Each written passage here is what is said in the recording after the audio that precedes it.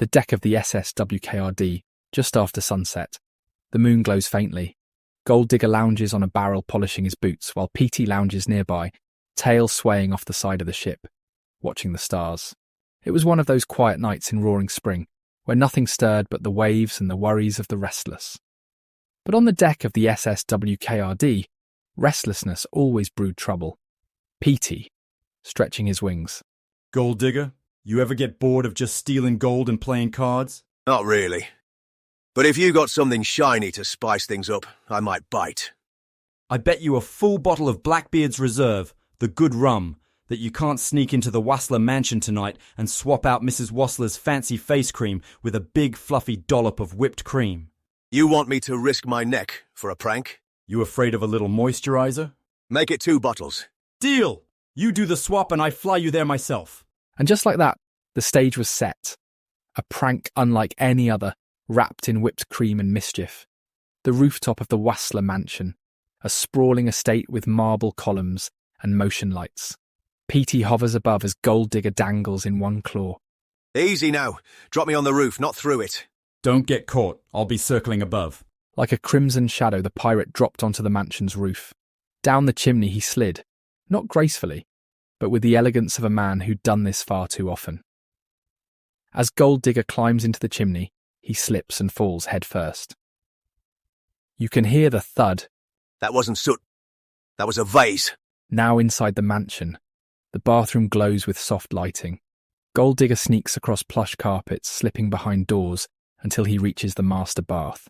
Squinting at the labels, he opens the jar and scoops the cream into a small flask. Then he shakes a can of whipped cream and fills the jar back, sculpting a little swirl on top. Lunar radiance. Nighttime glow. There she is, the queen of the creams. She's gonna look like a frosted cupcake. With the deed done, our pirate vanished up the chimney once more. Peety swooped in and carried him off into the night, both of them laughing all the way back to the ship in the WKRD radio station's parking lot. Never mind. Yeah, parking lot. Anyway, in the meantime, in the Wassler bedroom, Mrs. Wassler sits at her vanity, wrapped in a silk robe, humming to herself as she prepares for bed.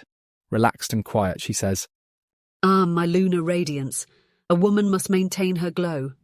She dips her fingers into the cream and applies it liberally across her face. It makes a distinct squish. Mr. Wassler enters in his robe, holding a book.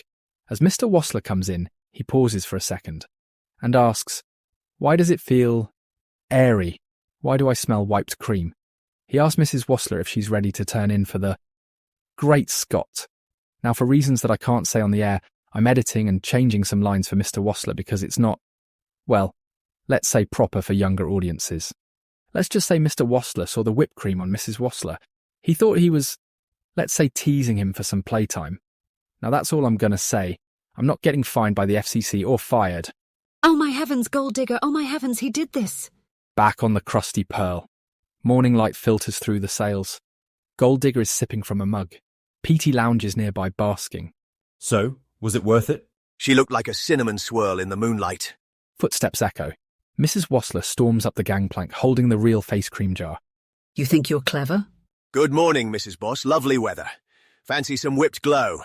"I went to bed looking like dessert. My husband thought I was the dessert." You gotta admit, you were radiant. Here's the real cream, not a drop wasted. Sorry about that. "You're lucky the ratings went up this week. I don't know how much more I can take." And so, the boss's wife left with her pride bruised and still licking vanilla off her cheeks.